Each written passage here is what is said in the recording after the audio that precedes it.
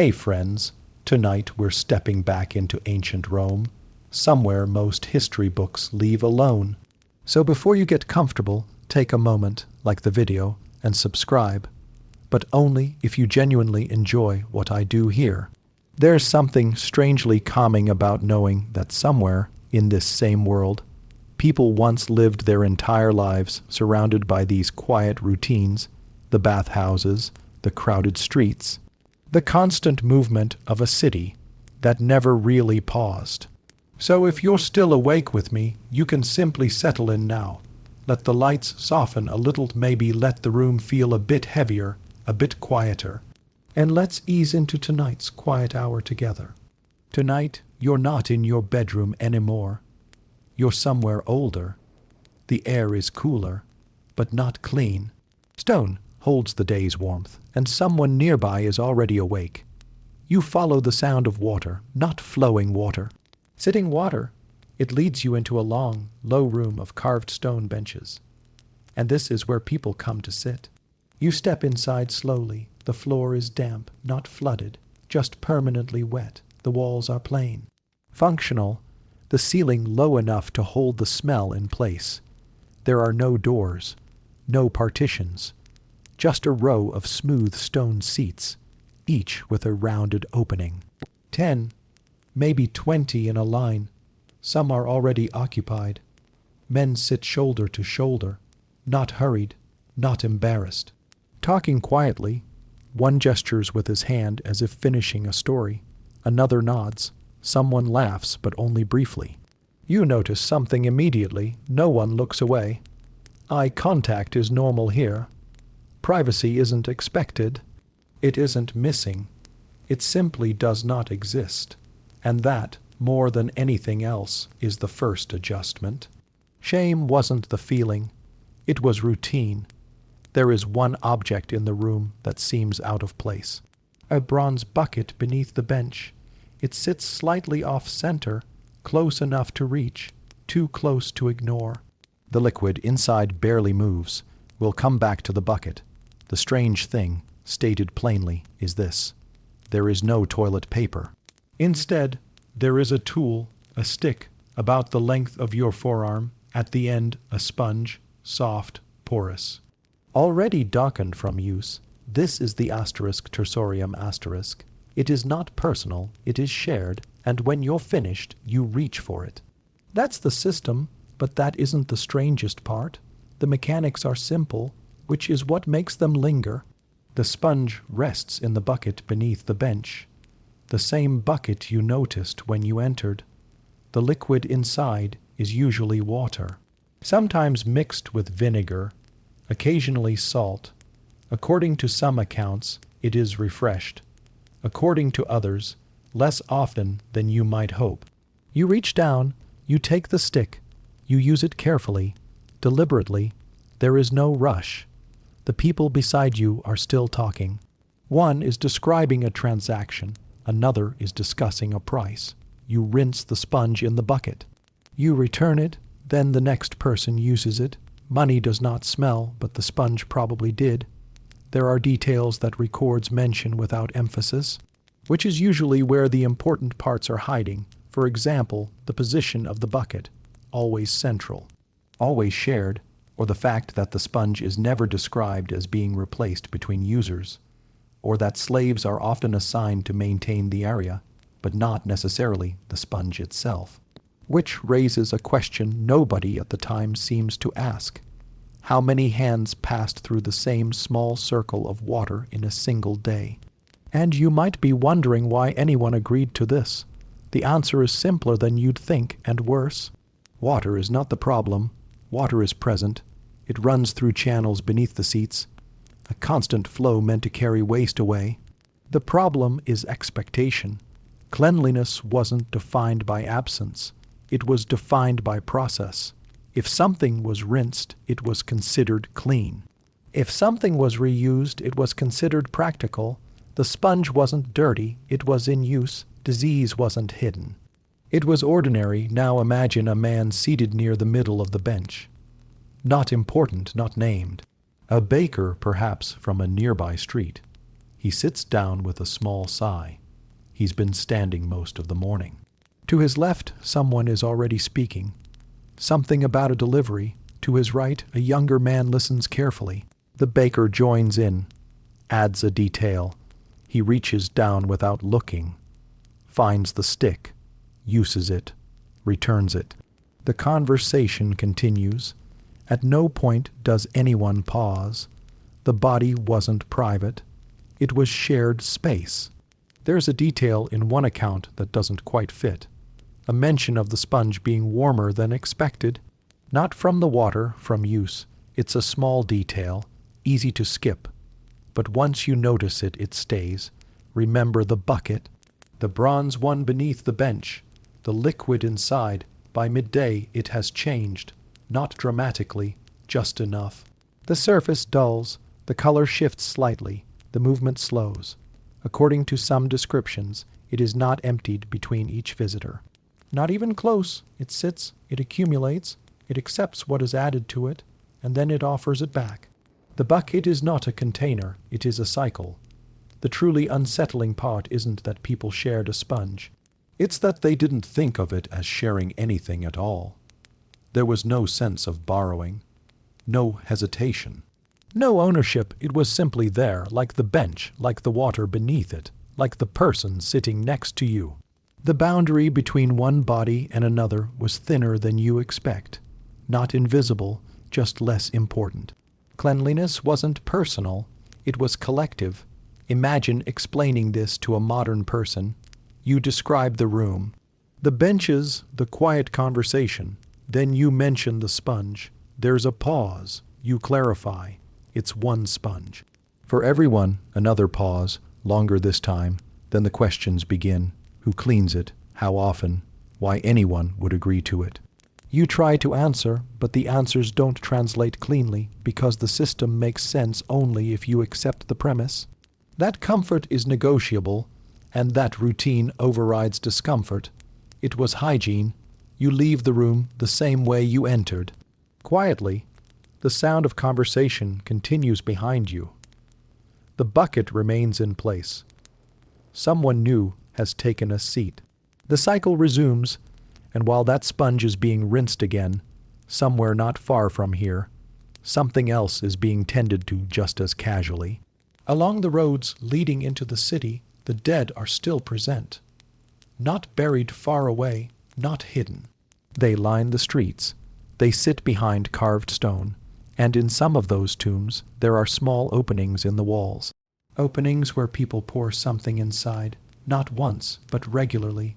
We'll get to what they're pouring. The sponge is still there. Someone has just set it back into the bucket. The surface settles again. The conversation continues. But you've stepped outside now. The air is wider, not cleaner, just less contained. And as you move away from the latrine, you begin to notice something else. The road itself is lined with stone, not paving stones, taller, carved, marked. You are walking beside the dead. The road out of the city is busy. Carts pass slowly. Sandals scrape against packed earth. Voices carry, then fade. And on either side there are tombs. Some are small, a simple marker, a name carved into stone. Others are larger, built like little houses, doors sealed, walls decorated. You pass one with a bench in front of it. Someone is sitting there, resting or waiting, or both. No one avoids these places. No one crosses the road to keep distance. They walk beside them. They lean against them. They use them as landmarks. Death wasn't distant.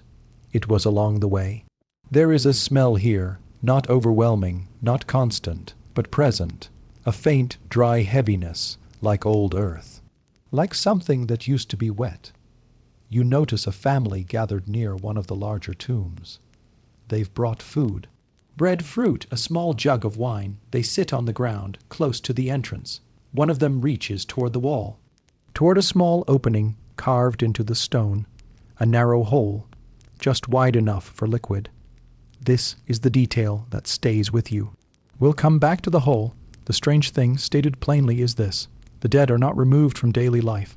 They are placed just outside it, close enough to visit, close enough to include.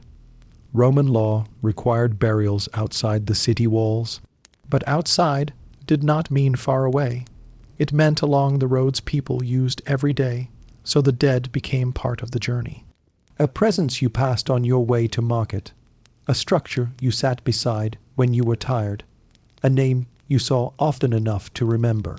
But that isn't the strangest part. The mechanics are quiet, almost gentle. When someone dies, the body is prepared, washed, arranged, displayed briefly inside the home. Then it is taken out, carried along these same roads, buried or burned. If burned, the ashes are collected, placed in an urn, stored inside a tomb, sometimes brought back into the house. Yes, the house. Shelves exist for this. Small niches in the walls. You eat your meals nearby. You sleep in the same space. The dead do not leave entirely. They change location. Death wasn't disappearance. It was relocation. There are moments described in passing that feel almost casual. A child playing near the tombs, rolling something small along the ground. A man leaning against a grave marker while adjusting his sandal. A vendor setting up a stall not far from where bones are stored. Life does not pause here. It continues. Around, through, occasionally over. And you might be wondering why this didn't feel unsettling to them. The answer is simpler than you'd expect. They were used to it, but there is another layer, one that isn't always mentioned directly. Space runs out, cities grow, people continue to die, graves fill, then overflow, and when that happens, adjustments are made. Bones are moved, collected, stacked, sometimes placed in shared spaces, sometimes reused. There are accounts of fragments incorporated into walls, not as decoration, just as material, practical, efficient. The body wasn't sacred in the way you might expect. It was matter. Now imagine a woman visiting one of these tombs, not grieving loudly, not performing anything, just present. She carries a small jug, clay, narrow neck.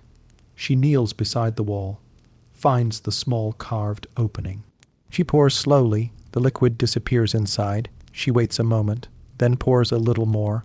No one stops her. No one watches closely. This is normal, routine even. There's a detail in several records that stands out. The liquids used, wine sometimes, milk occasionally, honey diluted with water, even oil, all poured into these small openings, not as offerings in the abstract, but as something meant to reach the dead, to nourish them, or at least to acknowledge them. Remember the hole in the wall, the narrow one, the one the woman used. It leads inside the tomb, into the space where the remains are kept, sometimes directly onto the urn, sometimes into the earth itself. The liquid seeps down slowly. It doesn't disappear immediately. It lingers, it spreads. Over time, the inside of the tomb absorbs it. Layer after layer, offering after offering, the wall becomes a kind of threshold, not fully sealed, not fully open, a point of contact. The hole is not symbolic, it is functional. The truly unsettling part isn't that people poured wine into tombs. It's that they expected something to receive it.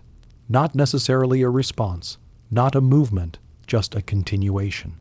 A sense that the boundary wasn't complete, that something remained on the other side, close enough to include in small daily gestures. The dead weren't gone, they were nearby. Imagine explaining this to a modern person. You describe the road. The tombs, the family sitting beside them. Then you mention the hole and what goes into it. There's a pause. You explain that this is done regularly, casually, another pause. Then the question comes, why keep them so close? Why not move on? And you try to answer, but the answer isn't clean, because distance wasn't the goal. Continuity was. It was remembrance. You continue walking. The road curves slightly. More tombs ahead. Some older, some newly carved. The air shifts again, slightly warmer now. You hear water somewhere nearby. Not flowing, held, contained, and as you move closer, you notice people entering another kind of building. Carrying towels, oil flasks, small tools, they disappear inside, into a place filled with steam, where the water sits. And by the end of the day, something forms on its surface. A thin layer, gray, still, will get to the water. The liquid in the tomb has settled by now. It has soaked into the stone, disappeared into the quiet space below. But here the water doesn't disappear. It gathers, it holds, it waits. You follow the sound into a larger structure. Voices echo differently here. Softer, dampened. You step inside. The air is thick, warm. It presses gently against your face. Steam hangs low, drifting just above head height. The walls are lined with smooth stone, worn from years of use. People move slowly through the space, not hurried, not idle, just moving from one room to the next. You notice the sequence almost immediately. Warm room, hot room, cold room, a rhythm, bodies entering, bodies leaving, water everywhere, and under it all, a faint, constant smell. Not unpleasant at first. Just layered, that's when you begin to understand. Something in this water has been here a while. There is one detail that keeps appearing in descriptions. A thin film on the surface of the pools. Barely visible in the morning, more noticeable by evening. Gray, slightly reflective, still, will come back to the film. The strange thing, stated plainly, is this. The bathhouse water is not constantly replaced. Not entirely. Fresh water flows in, yes, slowly, from aqueducts, but the pools themselves remain full. Used by dozens, sometimes hundreds, one after another, all day. This is where people come to get clean. But that isn't the strangest part. The process begins before you even touch the water. You enter with a small flask of oil. Olive oil, usually, thick, slightly fragrant. You pour it into your hand, spread it across your skin. Arms, chest, legs, it coats you, not lightly, completely. Then you wait, let it sit. The oil loosens the dirt. The sweat, the dust of the day. It gathers everything on the surface of your skin. And then you take a tool. A curved piece of metal, smooth at the edges. This is the strigil. You press it against your skin, pull downward. Slowly, the oil comes away, but it doesn't come alone. The mixture that collects on the blade is thick, darkened, slightly gritty. Oil, sweat, dirt, skin residue, sometimes more. You wipe it off onto the floor, or into a nearby basin, or simply let it fall. There is no single method, no strict rule. The result is the same. The room accumulates what the body sheds. Cleanliness wasn't removal. It was redistribution. There's a moment, described quietly in some accounts, where the floor becomes difficult to walk on. Not flooded, not submerged, just coated. A thin layer of residue. Oil and water mixing into something less predictable. You step carefully, others don't. They've learned the balance. A man crosses the room without looking down. Another slips slightly, then corrects himself without comment. No one reacts. The floor wasn't clean. It was expected, and here's the part most descriptions move past quickly. The tools, the strigils, are not always personal. Some are shared, passed between hands, used, wiped, used again. There is no sterilization, no separation. Just repetition. The metal doesn't change, the surface of it does, which raises a question nobody seems to ask directly. How many bodies pass through the same edge of bronze in a single afternoon? Now imagine a man entering near midday. He's already sweating from the walk. The heat inside meets him immediately. He removes his clothing, sets it aside. He takes the oil, applies it slowly. He picks up a strigil from a nearby ledge, not his own. No one claims it. He begins to scrape. The blade moves across his arm, then his chest. The mixture gathers. Falls, he steps forward, into the next room, the hot bath. He lowers himself into the water, and this is where everything meets. The water is warm, comforting at first. It closes around him, but it is not empty. It holds what has come before. Every layer of oil that wasn't fully removed. Every trace that slipped past the blade. Every small, invisible fragment. It lingers suspended. The water doesn't resist it. It accepts it. The body enters. The water adjusts. And the process continues. There's a detail in one account that stands out more than it should. A description of someone brushing the surface of the water with their hand, noticing resistance, not strong. Just enough, like touching something that isn't quite liquid anymore. It's easy to miss, easy to dismiss. But once it's there, it doesn't leave. Remember the film, the thin gray layer you noticed earlier. By evening, it becomes more visible. Not thick, not solid, just present. It collects in the still corners of the pool. Along the edges, near the steps, it moves slightly when someone enters, then settles again. It reflects light differently. Duller, the water beneath is still warm, still inviting, but the surface tells a different story. The film is not dirt alone. It is accumulation, time made visible. The truly unsettling part isn't that the water becomes shared. It's that it becomes continuous. There is no clear beginning, no clear end, just a steady blending. One body after another, one layer after another. The bath isn't a reset. It's a merging point. Cleanliness wasn't individual. It was collective. Imagine explaining this to a modern person. You describe the sequence, the oil, the scraping, the pools. Then you mention the water, how it stays, how it holds what passes through it. There's a pause. You clarify that people still consider this clean. Another pause. Longer this time. Then the question comes, when does it get changed? And the answer doesn't land the way you expect, because the system isn't built around replacement. It's built around flow, slow, continuous, enough to feel clean, not enough to be separate. It was bathing. You step back from the pool. The air feels cooler now, or maybe you've adjusted. Someone enters behind you, moves toward the water without hesitation. The surface shifts, then stills again. The film remains.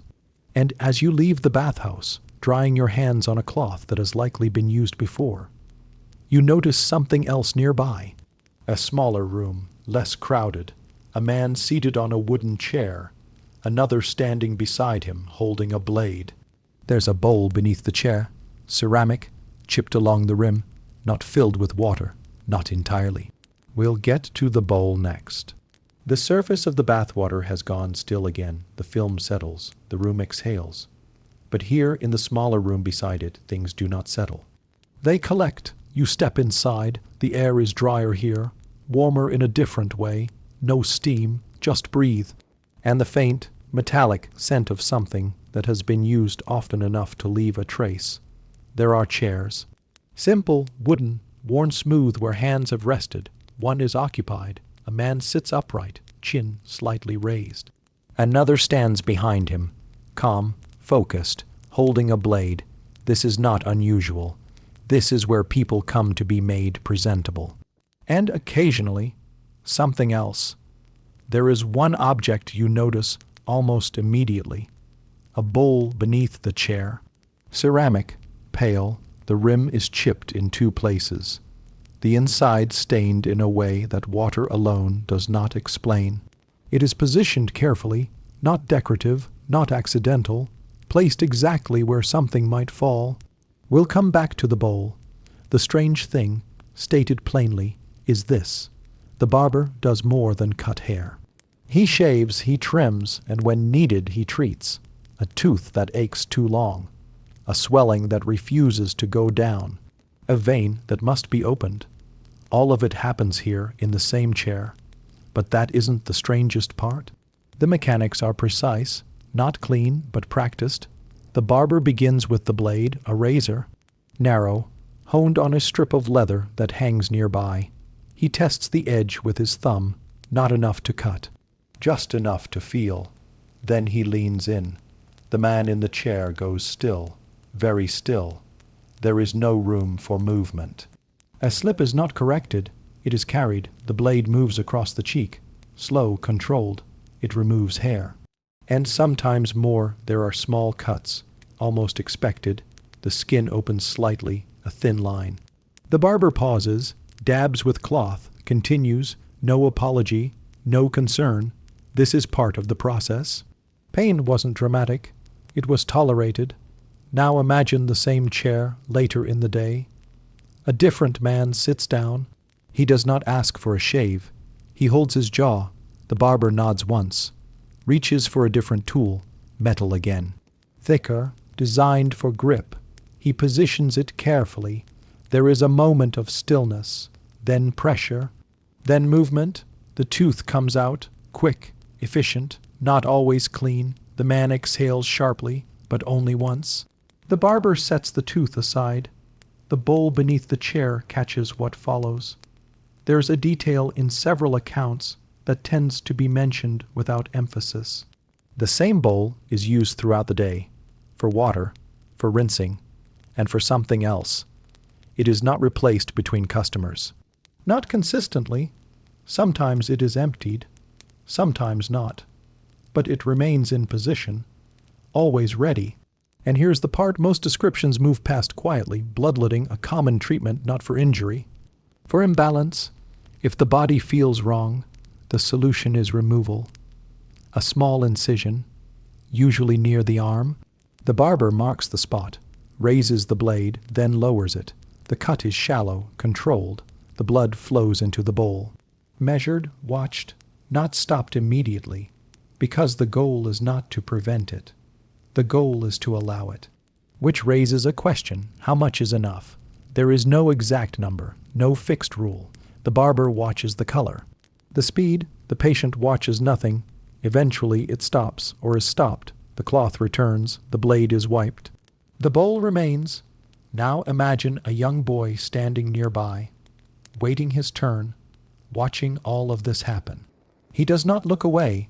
No one tells him to.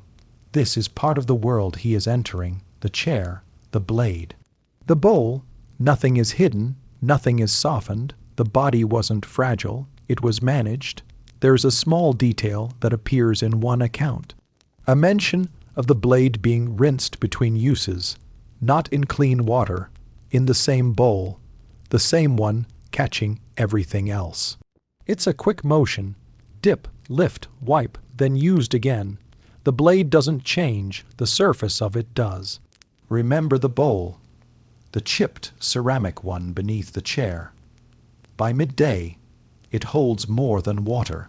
A thin layer settles at the bottom, darker than the rest, slightly thicker. It moves when disturbed, then returns to stillness. Each use adds to it. Each rinse redistributes it. It is not emptied after every person. Not always. Sometimes it waits until the end of the day or longer. The bowl is not just a container. It is a record. The truly unsettling part isn't that the barber performs multiple roles. It's that none of them are considered separate. Cutting hair, removing teeth, drawing blood. They exist on the same line. One leads into the next without pause. The chair does not change. The tools do not change much. Only the purpose shifts slightly. Health wasn't specialized. It was approximate. Imagine explaining this to a modern person. You describe the barber, the blade, the chair, then you mention the tooth, then the blood, then the bowl. There's a pause. You explain that this is normal. Expected, another pause. Then the question comes. Is there no one else to do this? And the answer is simple. There doesn't need to be, because the system works well enough to continue. It was treatment. You step back from the chair. Another man takes your place. He sits without hesitation. The barber lifts the blade again. The motion repeats. And as you leave, the smell shifts once more. Less metallic now. Something sharper. Medicinal in a way that doesn't reassure. There are tools laid out on a table nearby. curved, narrow, designed for something more deliberate. One of them, according to some accounts, is used to drain fluid from the body. Small, precise, and used more than once in the same day. We'll get to that tool next. The blade has been wiped, not cleaned, just wiped, set back among other tools that look similar, but not identical. You step further inside. The room changes again. It is quieter here, not silent, just more controlled. The conversations are lower, slower. People sit instead of stand. Some hold their arms, others their sides. One presses a cloth to his forehead, though there is no visible wound. You notice the table first, not large, not polished, just wide enough to hold instruments. Metal, bone, occasionally wood. Each one shaped for a purpose that isn't immediately obvious. And beside them, a man watching closely, not with certainty, with attention. There is one tool among them that stands out. Small, slightly curved, narrow at the tip, it looks delicate, but it is not used delicately. We'll come back to the tool. The strange thing, stated plainly, is this. The doctor does not know exactly what is wrong. Not in the way you might expect. He observes, he listens, he asks a few questions, then he decides, not based on certainty, based on balance. The body, as they understand it, is made of 4 parts: blood, phlegm, yellow bile, black bile. If these are in balance, you are well. If they are not, you are not. That's the system. But that isn't the strangest part. The mechanics begin with observation. The doctor looks at your skin, its color, its dryness. He listens to your breathing, slow or strained. He may even taste something. A small sample. Yes, that happens. Because every part of the body is considered a clue. Nothing is dismissed, but nothing is fully understood either, which raises a question nobody at the time seems to resolve. How do you correct something you can't see? The answer is removal. Blood is the most common solution. If you feel heavy, it must be reduced. If you feel light, it must be adjusted. If something is wrong, something must leave. The doctor marks a place on your arm, not randomly, but not precisely either. He chooses a vein, raises the blade, then lowers it. The cut is small, but what follows is not. The blood flows steadily into a bowl, into cloth, onto the floor if needed. It is watched carefully, not stopped immediately, because the goal is not to prevent loss. The goal is to allow it. The body is being corrected, or so it is believed. The more it flows, the closer you come to balance. That is the idea. There's a detail in one account that feels almost procedural. The doctor watching the color change, waiting for a certain shade, not bright, not dark, something in between. When it reaches that point, he stops. Not before, not long after, as if the body signals when it is given enough. It sounds precise. It isn't. It is interpretation, and here's the part most descriptions leave understated. Patients return. Again and again, not because they improve, but because the process continues. The system reinforces itself. If the first treatment fails, the balance must still be wrong. So it is adjusted again and again. The doctor does not doubt the method. Only the amount? Health wasn't certainty. It was adjustment. Now imagine a man brought in by 2 others. He is not speaking. His side is swollen, his breathing uneven. The doctor observes quietly, then reaches for the tool. The small one you noticed earlier, curved, narrow, he positions it carefully, presses gently against the skin. Then more firmly, until it enters. There is a moment of stillness. Then something releases, a fluid. Not blood, thicker, slower, it drains into a container. The doctor watches closely, not with alarm. With expectation. This is the correction, the imbalance leaving the body, or so it is believed. There is a detail that appears in several descriptions. The tool is not set aside afterward. It is wiped, sometimes rinsed, then used again on the next patient. Without pause, without separation, because the tool is not the concern. The condition is, and the condition is everywhere. Remember the tool, the small curved one, used to draw something out of the body. By the end of the day, it has done this more than once, perhaps many times. Each use leaves a trace, not always visible but present. The edge dulls slightly. The surface changes. It carries what it has touched and offers it again. The tool is not just an instrument. It is a passage. The truly unsettling part isn't that the doctor guesses. It's that the guessing becomes the system. There is no clear boundary between knowing and trying. Both are treated the same. The result is accepted either way. If you improve, the method worked. If you don't, something else must be tried. There is always another attempt. Another adjustment. Another removal. The body wasn't fixed. It was negotiated with. Imagine explaining this to a modern person. You describe the four humors, the balance, the treatments. Then you mention the tool, how it enters, how it drains, how it is used again. There's a pause. You explain that this is considered care. Another pause. Then the question comes, does it help? And the answer is not simple, because sometimes it does, and sometimes it doesn't. But the system remains either way. It was medicine. You step back from the table. Another patient takes your place. The doctor reaches again. The motion repeats. And as you leave the room, the smell shifts once more. Less metallic, sharper now, almost familiar. You notice a row of containers near the entrance. Clay. Open-topped. Positioned along the street outside.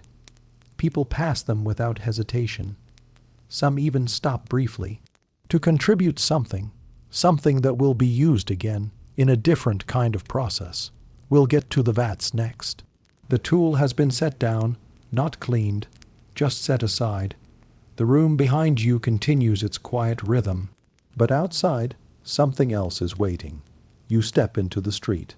The air shifts immediately, not fresher. Just different, less metallic, more sharp. It catches in the back of your throat, not enough to stop you. Just enough to stay with you. Along the edge of the road, you notice them. Clay containers, wide, mouthed, set at intervals. Some are empty, some are not. And people pass them without hesitation. A few stop, briefly, then continue walking. No one explains it. No one needs to. There is one detail that connects all of these containers. A small exchange, a coin placed near the rim, not always, but often enough to notice. We'll come back to the coin. The strange thing, stated plainly, is this. These containers collect urine, publicly, deliberately. And the collection is not accidental. It is necessary, because the liquid inside has a use. A very specific one. But that isn't the strangest part. The mechanics begin once the containers are full. They are carried, carefully but without ceremony, to another place, not far, a workshop. You know it before you see it. The smell arrives first, stronger now, warmer, less sharp, more settled, as if it has been working on something. Inside, there are vats, large, deep, filled with liquid that looks similar to what you passed outside. But older, darker, more active. Clothes are lowered into them, not gently, dropped, pressed, submerged completely. This is where the cleaning begins. Workers step into the vats, barefoot. Their legs disappear into the mixture. They begin to move, slowly at first, then with rhythm, stepping, pressing, turning the fabric under their feet. Over and over, the motion is steady, repeated for hours. The liquid responds. It foams slightly, shifts, releases something into the air. The smell deepens. There's a detail in several accounts that feels almost clinical. The reason this works, urine contains ammonia. It breaks down oils, loosens dirt, lifts stains. It is effective. That is why it is used, not because it is pleasant, because it works. Cleanliness wasn't comfort, it was result. And here's the part most people don't linger on. The workers remain in the vats for long periods. Their skin exposed constantly, feet softening, then toughening again. The liquid working on them as much as the fabric. There is no protective layer, no separation, just contact, direct, continuous, which raises a question. What happens to the body over time? The answer is not recorded clearly, which usually means it was accepted. Now imagine a worker midway through the day. He has been stepping for hours, the same motion, the same rhythm. Cloth turns beneath his feet. The liquid rises slightly with each step. He pauses briefly, adjusts his stance, then continues. There is no conversation here, not much. The work requires attention, balance, endurance. The process does not stop. There's a detail in one description that stays longer than it should. The sound not loud, a soft, repetitive sloshing, foot against fabric, liquid against skin, again and again. It becomes background, then constant, then almost invisible, until you notice it again. Once the clothes are treated, they are removed. Lifted out, heavy, rinsed in cleaner water, sometimes hung to dry. The visible dirt is gone, the stains reduced, the fabric lighter. The process is considered complete. The clothes are ready to be worn again, but there is always something left. A trace, not strong, not overwhelming, just present. A faint reminder of the process. Most people do not comment on it, because most people understand it. The smell wasn't unpleasant. It was familiar. Remember the coin, placed near the rim of the containers. The small exchange you noticed earlier. It is part of a system. The liquid has value. It is collected, stored, sold, even taxed. Under one emperor, there is a levy placed on it. A fee for its use, because it is useful, because it works. Money does not smell, but the vats probably did. The truly unsettling part isn't that urine is used to clean clothes. It's that it becomes part of the economy. Collected, measured, traded, integrated into daily life without hesitation. The boundary between waste and resource disappears. One becomes the other, without pause, without objection. The system absorbs it, like everything else. Imagine explaining this to a modern person. You describe the containers, the vats, the workers. Then you mention the smell and the coin. There's a pause. You explain that people pay for this. Another pause. Then the question comes, why not find another way? And the answer is simple, because this way works. It is efficient, it is available, it is enough, it was laundry. You step away from the vats. The sound fades slightly as you move back toward the street. The containers remain in place. Someone stops briefly beside one, then continues on. Above you, something shifts. A sound not loud, just sudden. You look up, windows open, a movement from above. Then something falls. Not large, not fast, but enough to notice. It lands somewhere behind you. No one reacts strongly, because this too is part of the system. We'll get to the buildings next. The vats settle behind you. The sound of stepping fades. The smell lingers, but only faintly now. You return to the street. Above you, the windows remain open. Not for the view, for everything else. You look up again. The buildings rise higher than you expect. Not grand, not carefully designed, just built upward. Layer on top of layer, stone below, wood above.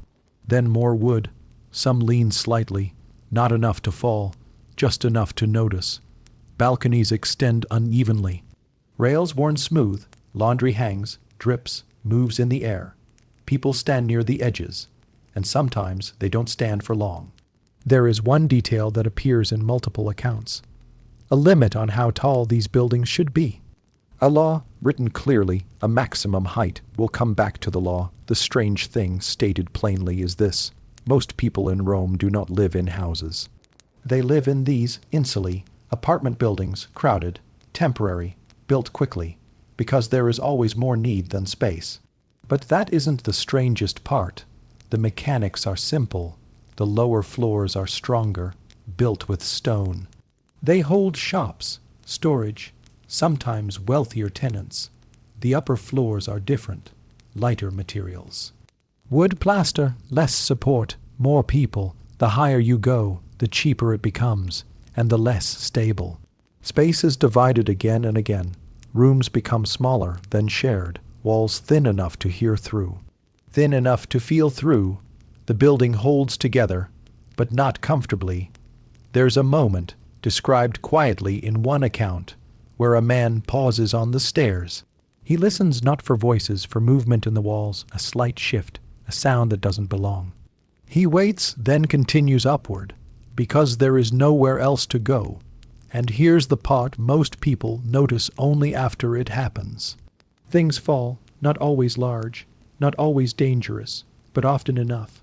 A small object dropped from above, water thrown from a window, or something else, something that had to go somewhere. The street receives it, without warning, without ceremony, which raises a question. How do you avoid it? The answer is simple. You don't. Now imagine someone on the third or fourth level, not wealthy, not poor enough to be on the top, just somewhere in between. He wakes before sunrise, moves carefully across the room. Others are still asleep nearby. There is no separate space, just shared air, shared floor, shared sound. He opens the window slightly. Not for light, for necessity. He empties a container, then closes it again. The street below adjusts. Without looking up, there's a detail in several records that feels almost routine. Warnings shouted from above. A single word, enough to signal what is coming, not always given, not always heard, but understood when it happens. The system relies on timing and acceptance.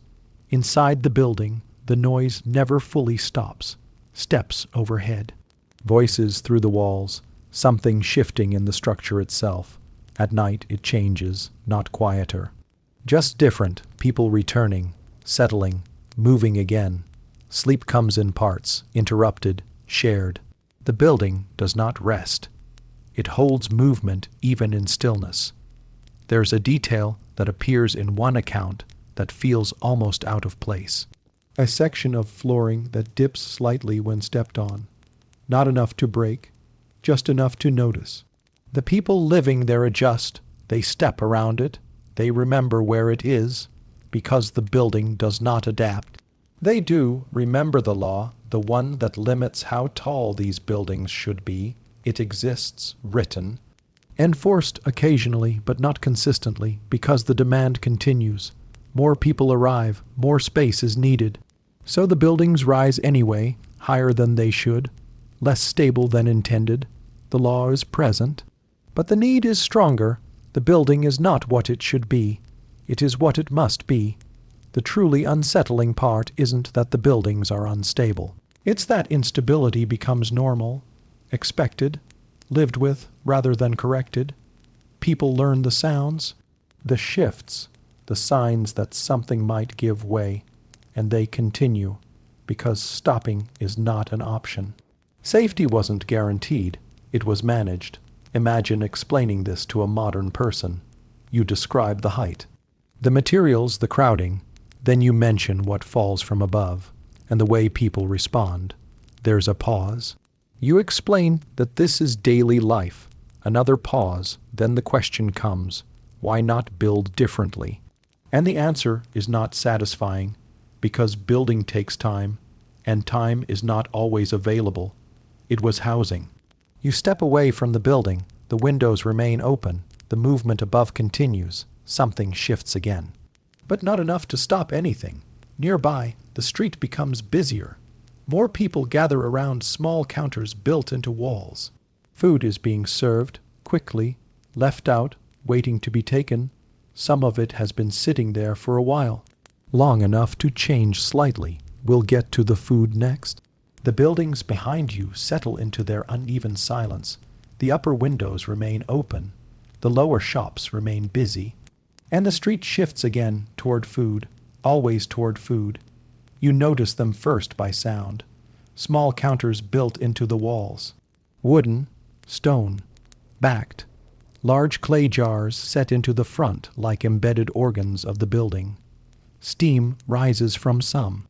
Not all. People stand close, order quickly, eat immediately, or take it with them and continue walking. No one waits long. No one expects to. There is one detail repeated across these stalls. The same containers are used all day. Food goes in, food comes out, no visible replacement. Will come back to the containers. The strange thing, stated plainly, is this. Most Roman food is not cooked fresh to order. It is prepared in advance, then kept warm, sometimes for hours, sometimes longer, but that isn't the strangest part. The mechanics begin in the morning. Large pots are filled, stews, legumes, fish mixtures, grain, based dishes. Everything prepared in bulk, everything designed to last. Heat is maintained beneath the pots. Charcoal. Small fires, constant attention. The food does not stop cooking. It simply changes state over time. A customer arrives, points, speaks briefly. A portion is scooped out, placed into a bowl, handed over. No plating, no presentation, just transfer. The same spoon moves between pot and customer repeatedly. Dipped, lifted, dipped again, no pause between uses. The food remains in motion, even when it is served. There's a detail in several accounts that feels almost incidental. The same ladle used across different dishes.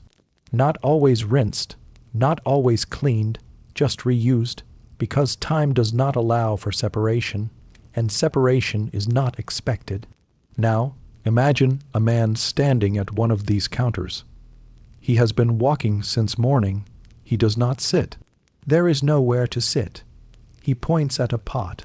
The vendor nods, scoops a portion, places it into a shallow bowl.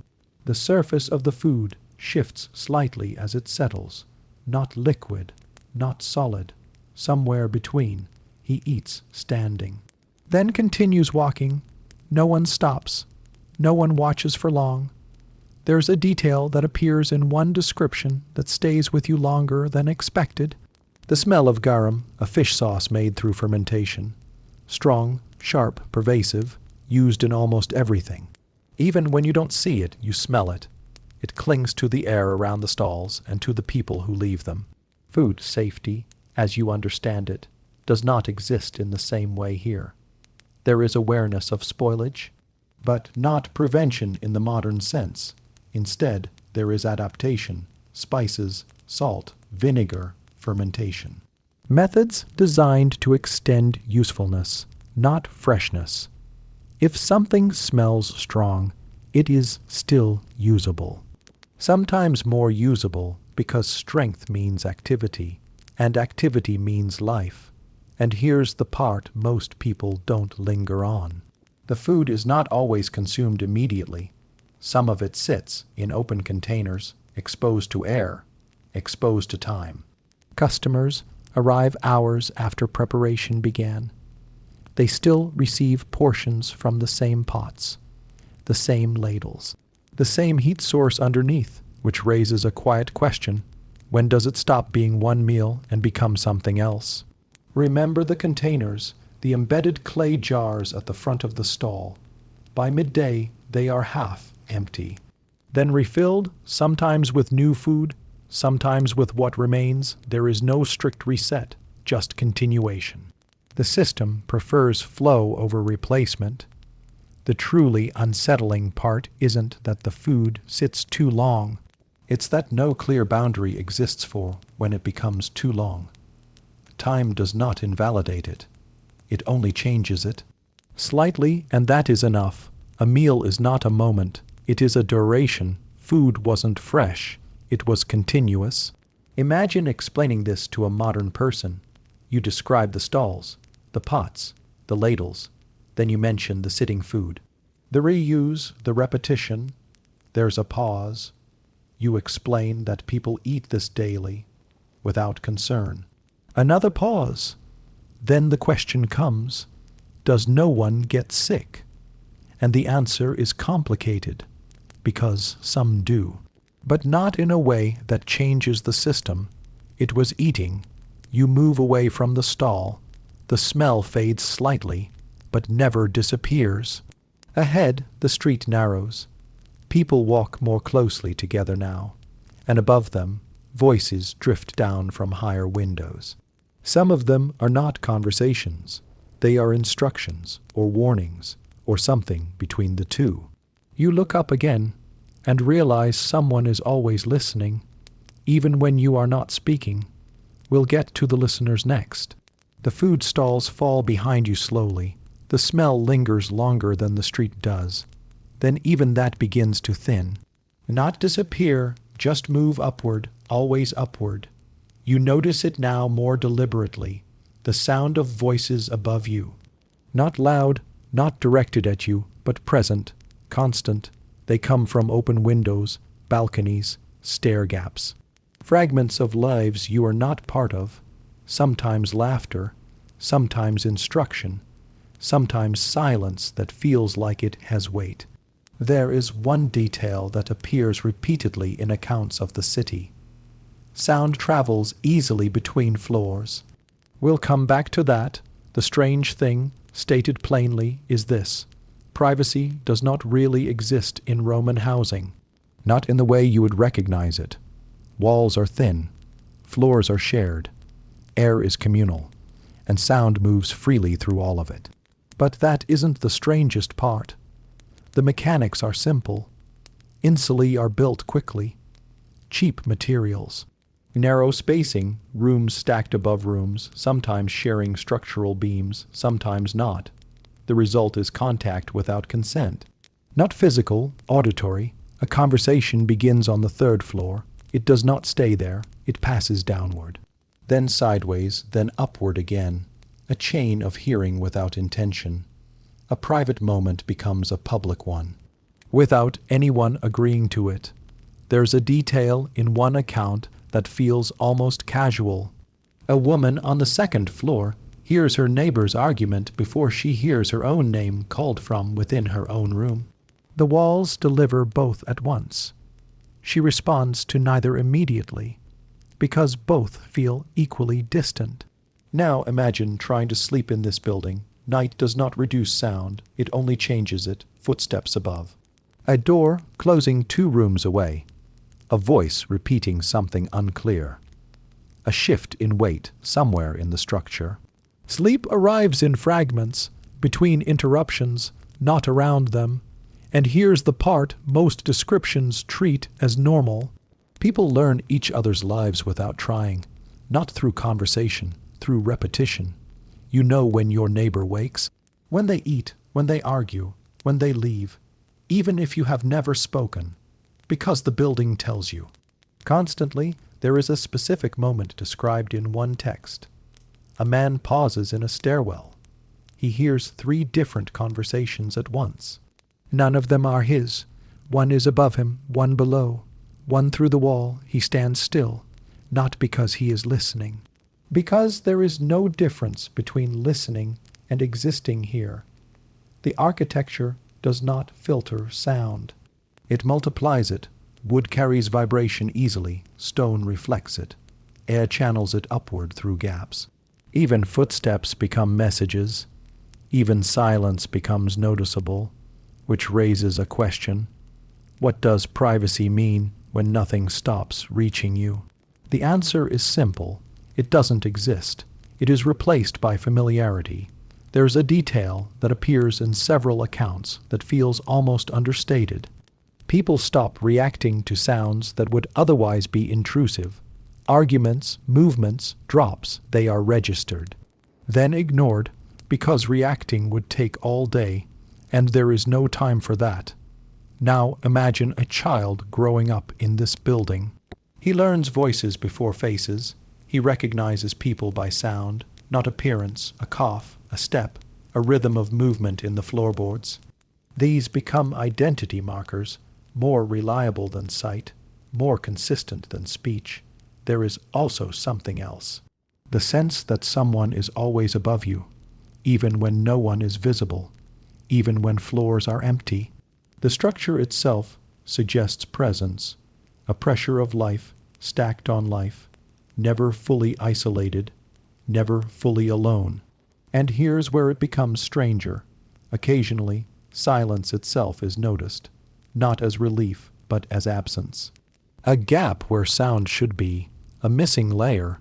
People become aware of it quickly, because it is unusual. And unusual things stand out, even in noise. Remember the sound traveling between floors. It does not only move horizontally. It moves through time in a sense, a delayed echo of someone else's action, a voice arriving seconds after the speaker has already left the room. A step heard after the body has moved on. The building does not preserve privacy. It preserves traces. The truly unsettling part isn't that sound travels so easily. It's that people adapt completely to it. There is no expectation of silence, no expectation of isolation, only variation in noise. The building becomes a shared organism of sound, breathing in sections, speaking in layers, resting only in brief pauses between lives. Sound wasn't intrusion. It was environment. Imagine explaining this to a modern person. You describe the walls, the floors, the constant voices. Then you explain that no one is surprised by it. There's a pause. You mention that people recognize each other this way. Another pause, then the question comes, how do you ever think clearly? And the answer is not satisfying. You do or you don't. Both are normal. It was living. You move further down the street. The buildings begin to shift again. Now less residential, more administrative, doors marked, guards stationed, people moving with slightly more intention. The sound changes again. Less overlapping voices, more singular instructions. And ahead, something heavier begins to take shape. Not physically, socially. We'll get to the punishments next. The overlapping voices thin out behind you, not gone, just more controlled. The street ahead feels different. Less lived in, more decided. You notice the stonework first. Larger blocks, cleaner edges, walls that do not lean or settle. They stand as if they expect inspection, and in places they have been inspected. Chiseled surfaces, deep lettering, words cut into permanence. There is one detail that appears on nearly every public building here. Inscriptions of law. We'll come back to what is written. The strange thing, stated plainly, is this. In Rome, laws are not hidden in books. They are displayed, carved into stone, bronze, wood, placed where people must pass them, not to study. To see, but that isn't the strangest part. The mechanics begin with visibility. A law is not considered real until it can be encountered. Not just known, encountered, so it is placed in public spaces, forums, baths, street corners, anywhere movement slows. The text is often dense, long sentences, formal structure, no simplification, no explanation, just instruction. The assumption is that repetition will create understanding, or at least compliance. A man stops in front of one such inscription. He reads slowly, not because it is difficult, but because it is long. Other people pass behind him. No one waits. Reading is not a shared act here. It is individual and brief. There's a detail in several accounts that feels almost procedural. Many people cannot read the entire inscription, so they read fragments, then infer the rest. Meaning is assembled, not received. Law becomes interpretation, even when it is carved in stone, and here's the part most descriptions treat quietly. Punishment is part of visibility, not separate from law, but embedded within it. Certain inscriptions describe consequences directly. What happens if you steal? What happens if you refuse duty? What happens if you disrupt order, not abstractly? Specifically, now imagine standing in front of one of these stones. The lettering is deep enough to cast shadows. You trace a finger along a word without meaning to. It is cold. The surface does not respond. It only records. Behind you, people continue walking, unbothered, accustomed. There is a known structure in Roman enforcement. Public punishment is not hidden. It is performed in designated spaces. Sometimes the same space is used for markets or gatherings. Visibility is part of the system, because visibility reinforces memory, and memory reinforces compliance. There's a detail that appears in one account that is rarely elaborated on. Crowds do not always react strongly to punishment. They observe, then continue, not out of cruelty, out of familiarity. The event is not exceptional enough to interrupt daily movement. Which raises a question: what happens when punishment becomes ordinary? The answer is simple. It stops being interruption and becomes structure. Now imagine a minor official reading out a judgment. He does not raise his voice. He does not need to. People are already gathered. The words are already known in general terms. The reading confirms rather than informs. A name is spoken. A consequence follows. There is a pause. Then movement resumes. There is also architecture designed for this. Open spaces, raised platforms, areas where sound carries evenly, where visibility is unavoidable. Even those trying not to watch cannot avoid seeing edges of it. The city does not hide enforcement. It frames it, and here's where it becomes more unsettling. The same space used for punishment is often used for commerce. On different days or different hours, stalls appear, then disappear. The ground does not change, only its function. Which raises another question. How do you mentally separate these uses? The answer is that you don't fully. You adapt. Remember the inscriptions, carved into stone, visible every day. By the end of a lifetime, they are no longer read word for word. They are recognized as patterns, shapes, familiar arrangements of language. Meaning dissolves into recognition. The law is not read. It is seen repeatedly. The truly unsettling part isn't that laws are public. It's that they become background, like noise, like smell, like architecture. They stop demanding attention and begin to form the environment itself. You no longer think about them. You move through them. Compliance becomes spatial rather than conscious. Law wasn't instruction. It was scenery. Imagine explaining this to a modern person. You describe the stones, the carvings, the crowds passing.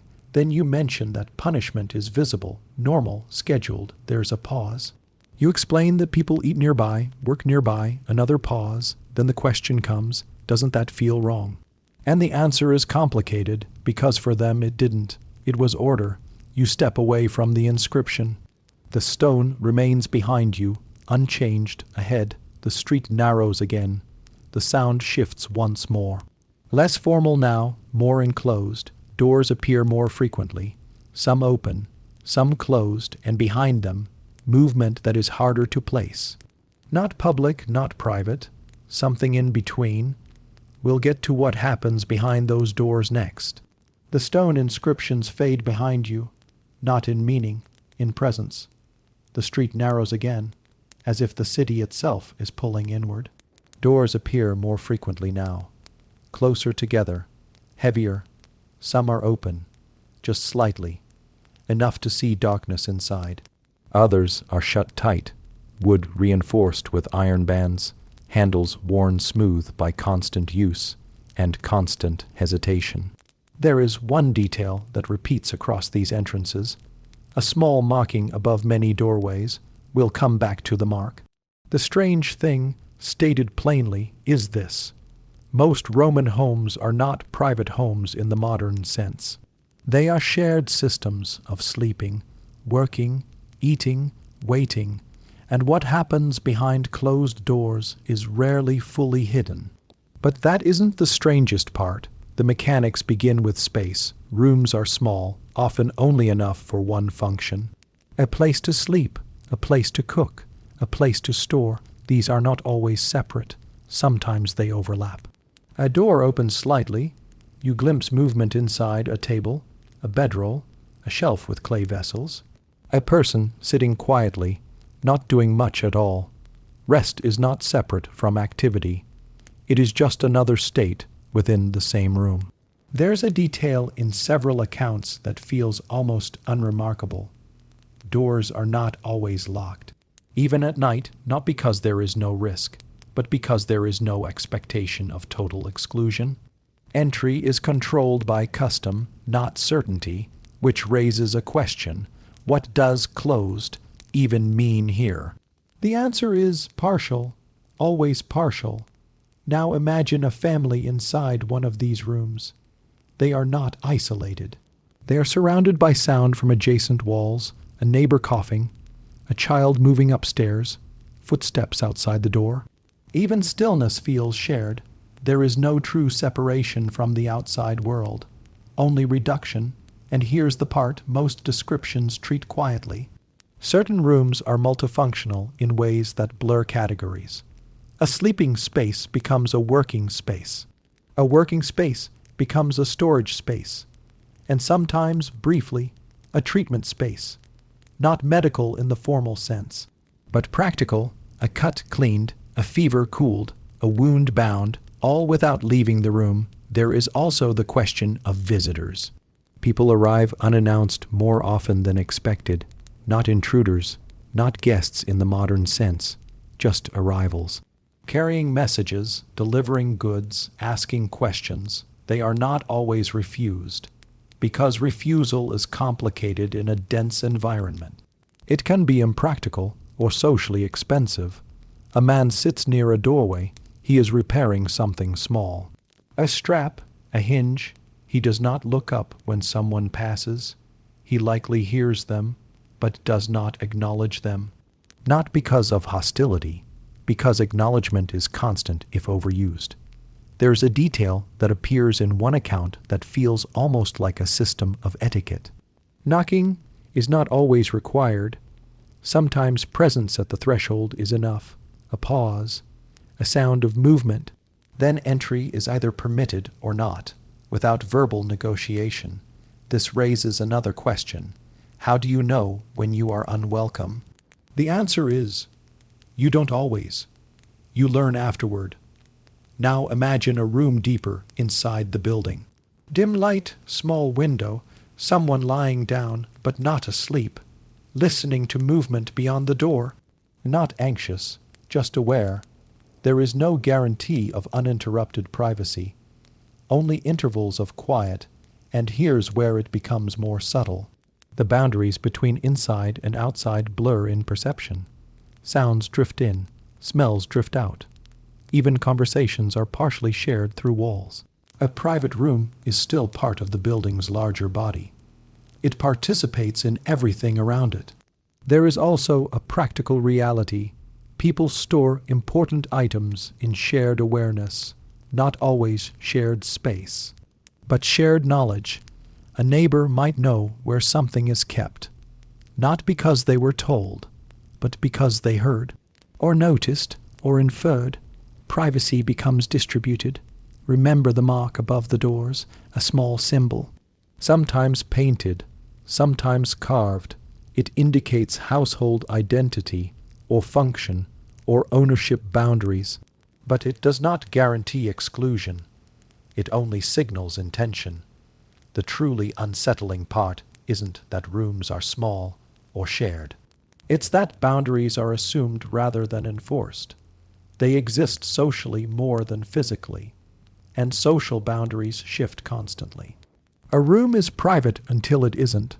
A door is closed until it opens. A space belongs to you until someone else is already in it. Privacy wasn't space, it was negotiation. Imagine explaining this to a modern person.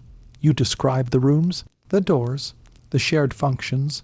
Then you mention that entry is often unannounced. There's a pause. You explain that this is normal, expected. Another pause, then the question comes, how do people rest? And the answer is simple. They do, in pieces, between interruptions. It was home. You step away from the doorway. The street ahead grows quieter again. Not because there is less life, but because it is moving inward. Behind walls, behind thresholds, behind decisions that are not always visible, and ahead, something older begins to appear in the architecture. Columns, dust. Open courtyards where time feels slower. We'll get to the temples next. The doors fall behind you slowly, not shutting, just becoming less relevant. The street opens again, wider this time, air moving more freely between structures. You notice the change before you see it clearly. The sound of footsteps softens, voices thin out. The pressure of walls eases. Then the columns appear. Stone, tall, repeated, arranged with calm certainty. There is one detail that defines these spaces immediately. They do not close. We'll come back to that. The strange thing, stated plainly, is this. Roman temples are not separated from daily life. They are part of it, not hidden away, not isolated, just placed carefully within the flow of movement. But that isn't the strangest part. The mechanics begin with access. You can walk in at almost any time. There are no doors in the modern sense, or if there are, they remain open, always open, because the building is not meant to exclude. It is meant to expose. Inside, the air changes slightly. Cooler, still. Light filters in through openings above. Dust moves slowly through it. People pass through without ceremony. Some stop. Some continue walking. No one needs permission to be there. A priest stands near an altar. He is not isolated from the space. He is part of it, adjusting objects, preparing offerings, not for spectacle, for continuation. The ritual is ongoing, not scheduled. There's a detail in several accounts that feels almost structural. Temples often sit at intersections. Between markets, roads, homes, they are not destinations alone, they are passage points, which raises a question. When does movement become participation? The answer is, it already is.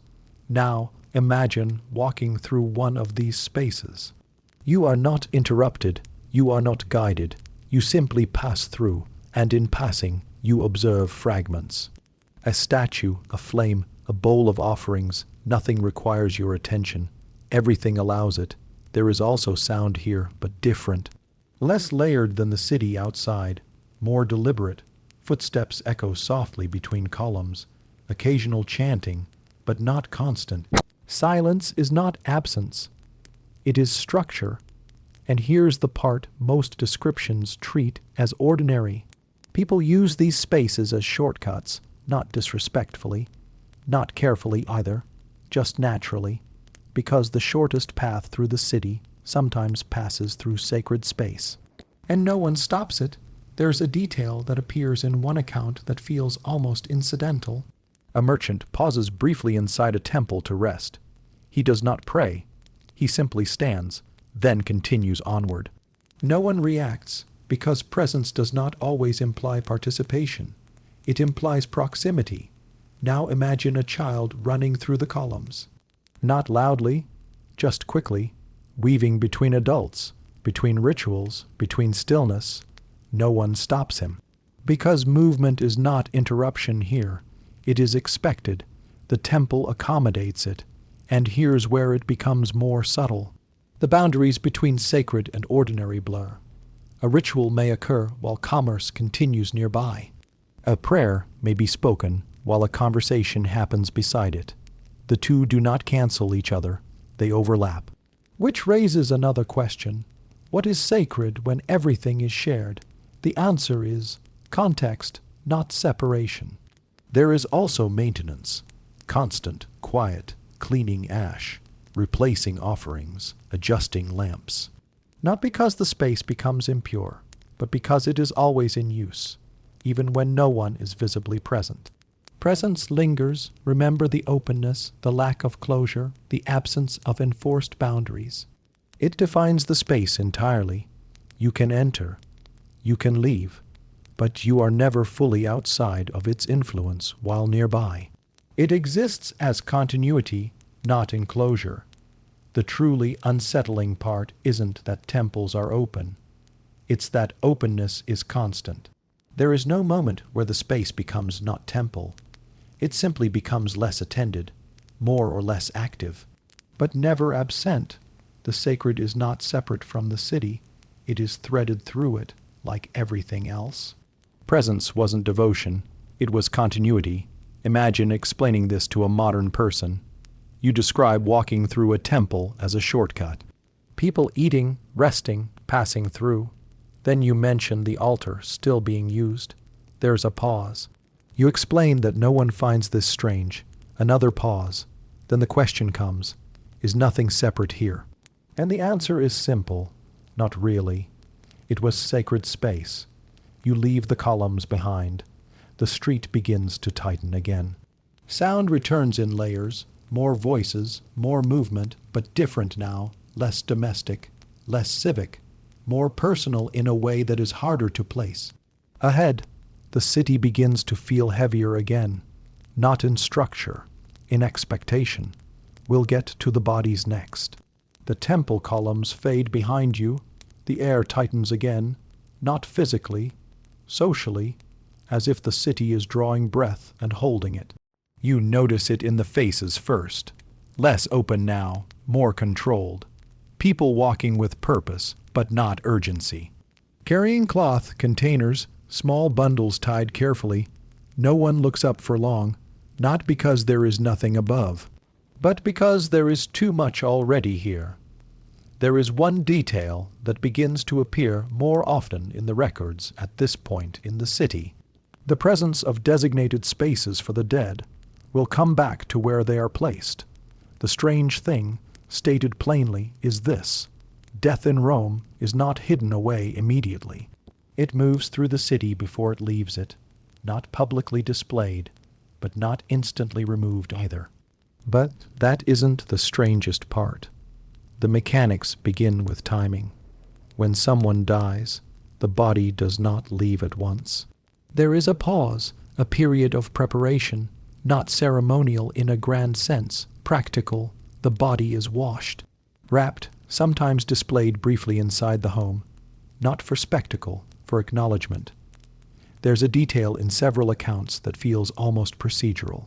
The household door may remain slightly open during this time, not inviting entry, but signaling transition. Neighbors understand without being told. Movement around the house adjusts subtly, slows, then resumes elsewhere.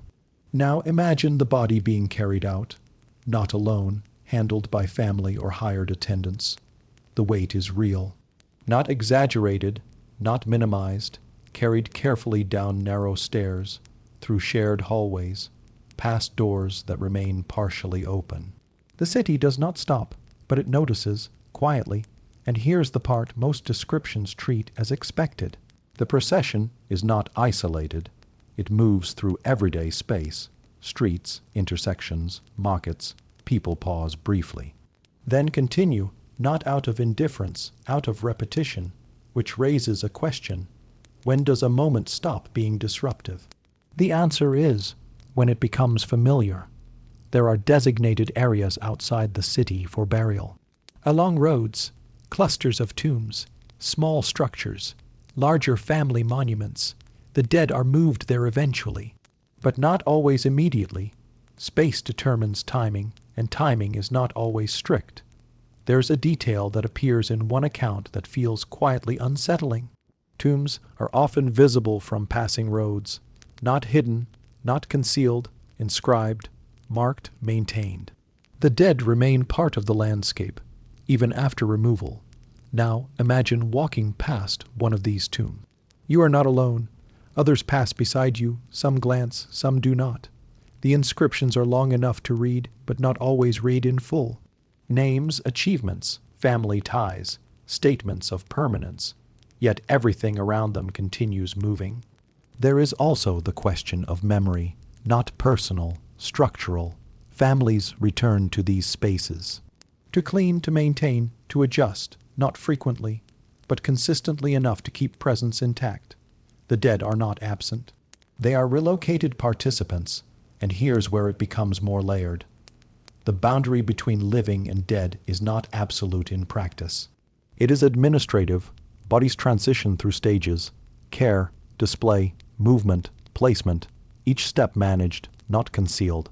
The city does not hide death. It processes it. There's a detail in several accounts that feels almost understated. Grief does not always slow public movement.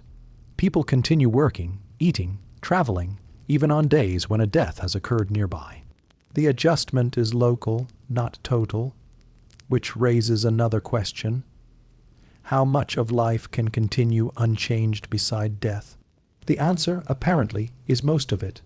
Now imagine a small group standing at a roadside tomb. One person adjusts a wreath. Another reads the inscription aloud. A third waits, arms folded. Then they leave, no extended ritual. No prolonged pause. Just acknowledgement and continuation. And here's the part most descriptions leave unspoken. The presence of the dead does not feel distant. It feels adjacent, like another layer of the city that has been shifted slightly out of reach. Not removed, just repositioned, still present in name, stone, and memory. Remember the designated spaces. The necropolis outside the walls, the structured placement of tombs along roads, the careful recording of names. It all suggests separation, but not disappearance. The dead are not gone from the city's logic. They are redistributed within it. The truly unsettling part isn't that death is visible. It's that it is integrated, handled with the same systems as everything else. Movement, space, maintenance, memory. There is no single moment of departure, only transitions between forms of presence. The body changes state. The city adjusts around it. Death wasn't an ending. It was relocation. Imagine explaining this to a modern person. You describe the washing of the body, the procession, the roadside tombs. Then you mention how life continues around it. There's a pause. You explain that this is normal, structured, expected. Another pause. Then the question comes. Doesn't that feel heavy? And the answer is not simple, because it did. But it also didn't stop anything. It was dying. You move away from the tomb-lined road. The city begins to shift again. Sound returns in a different way now. Less social, more mechanical. Tools, work, repetition. Something industrial begins to form ahead. Not in modern terms, but in rhythm. We'll get to the workers next. The road of tombs falls behind you, not disappearing, just losing importance. The sound of the city changes again. Not softer, just more repetitive. You hear it before you understand it. Metal striking stone, wood against wood. Rhythmic, measured, a kind of sound that does not belong to conversation. It belongs to effort. Ahead, the buildings open into workspaces. Not factories in the modern sense, but clusters of production. Open courtyards, covered sheds, places where materials are always moving. Always changing form. There is one detail that defines these spaces immediately. Everything is reused. We'll come back to that. The strange thing, stated plainly, is this. Roman labor is not separated into neat categories. Work overlaps, skills overlap. People move between tasks depending on need, not identity. But that isn't the strangest part. The mechanics begin with repetition. Stone is cut in one place, transported in another, shaped further down the street, then passed again to another worker for finishing. No single person holds the entire process, only fragments. A man lifts a hammer, strikes a chisel once, twice, then pauses briefly, not for rest, for adjustment. He checks alignment, then continues. The rhythm does not change much throughout the day. There's a detail in several accounts that feels almost structural. Tools are shared across workers, not individually owned in many cases. A hammer placed down by one man is picked up by another without hesitation. The tool does not belong to a person. It belongs to the task, which raises a question. Where does responsibility sit when ownership does not? The answer is within the process itself. Now imagine workers moving stone blocks, heavy, irregular. Carried in coordinated groups, there is no pause for discussion, only adjustment in movement. One step slows. Another compensates. The load remains balanced through collective correction. And here's the part most descriptions treat as ordinary. Injuries are part of the environment, not rare, not dramatic, just expected over time, a cut, a strain. A bruise handled locally, immediately, often by someone nearby, not a specialist, just another worker. There's a detail that appears in one account that feels quietly revealing. A worker stops briefly to wrap his hand in cloth, then continues without changing position in the group. No replacement, no removal. The system absorbs the interruption. Then continues as before. Now imagine the soundscape again. Hammering, sliding stone, rope tension. All layered without pause. It does not form music, but it forms continuity. A reminder that something is always being made, or moved, or repaired. There is also storage. Large quantities of material held in open spaces. Wood stacked in precise formations, stone arranged by size, metal kept in marked sections. Everything accounted for visually, not digitally or formally. Memory and sight are the system. There's a detail in several accounts that feels almost incidental. Workers often know where things are without being told, not through instruction, but through repetition. The layout becomes internalized, the space becomes familiar enough to navigate without thought, which raises another question. When does knowledge stop being learned and become embodied? The answer is quickly, and here's where it becomes more subtle. Work does not always stop at sunset. Some tasks continue into low light. Lanterns are brought out. Movements slow slightly, but do not cease. The rhythm adapts rather than ending. Now imagine a group lifting a beam into place. The beam is large, unwieldy. They coordinate without speaking much. A shift in grip, a shared breath, then placement. The structure accepts it. No ceremony, just fit. And here's the part that lingers longer than expected. There is no clear boundary between work and maintenance of life. Repairing a road, preparing food, adjusting a building, all are variations of the same necessity. Nothing is separate for long. Everything cycles back into use. Remember the reuse. Tools, materials, even structures themselves are not discarded quickly. Stone is reshaped. Wood is recut. Metal is reforged. The city is constantly reabsorbing its own parts. Nothing is truly new for long. Everything returns. The truly unsettling part isn't that labor is hard. It's that it never fully resolves. There is always another adjustment, another task, another repair. Work does not conclude. It transitions from one form to another. Like the city itself, it does not stop. It only changes direction. Labor wasn't effort. It was continuity. Imagine explaining this to a modern person. You describe the shared tools, the constant movement, the lack of ownership. Then you mention the rhythm that never fully ends. There's a pause. You explain that people simply continue into the next task, another pause, then the question comes. When do they rest? And the answer is simple. Between cycles, briefly, it was working. You step away from the workshops. The sound begins to soften again. Not silence, just distance. Ahead, the architecture shifts once more. Stone becomes heavier. Space opens wider. And the air feels like it is preparing for something final. We'll get to the amphitheater next.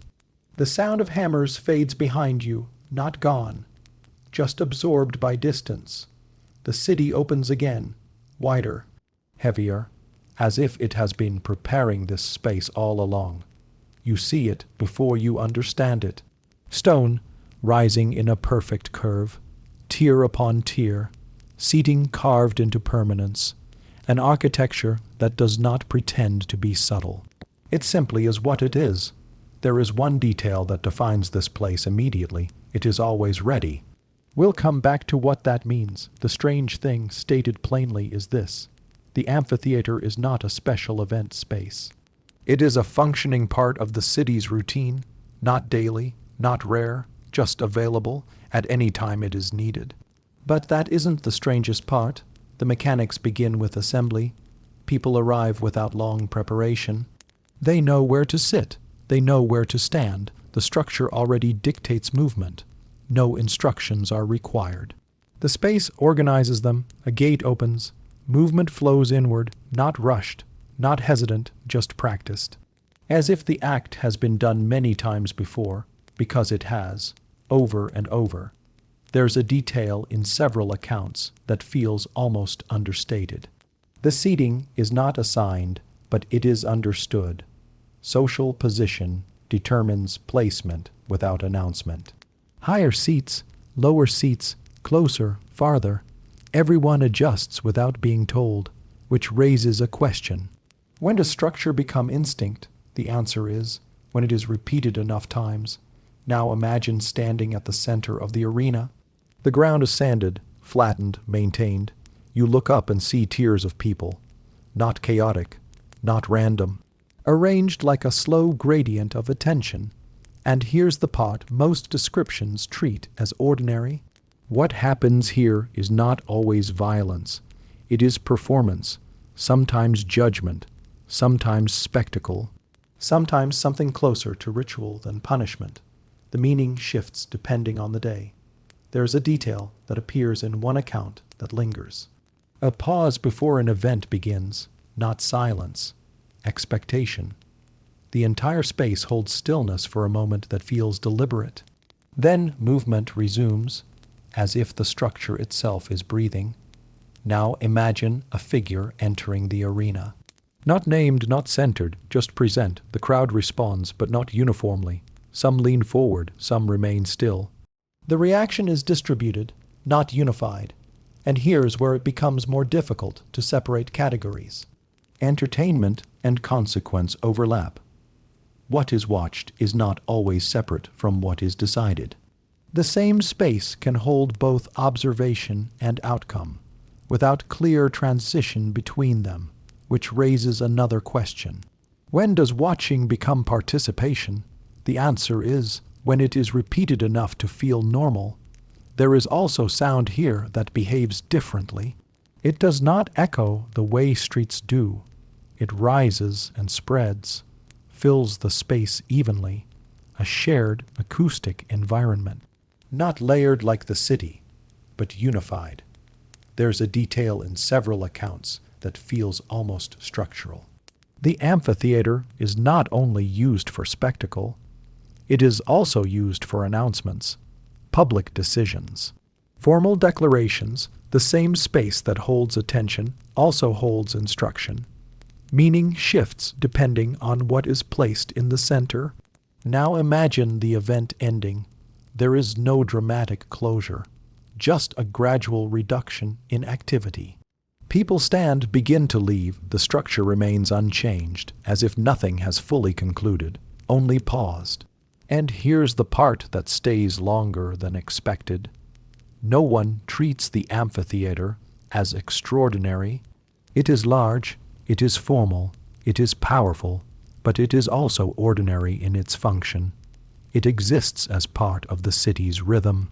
Not outside it, inside it. Remember what it means for it to be always ready.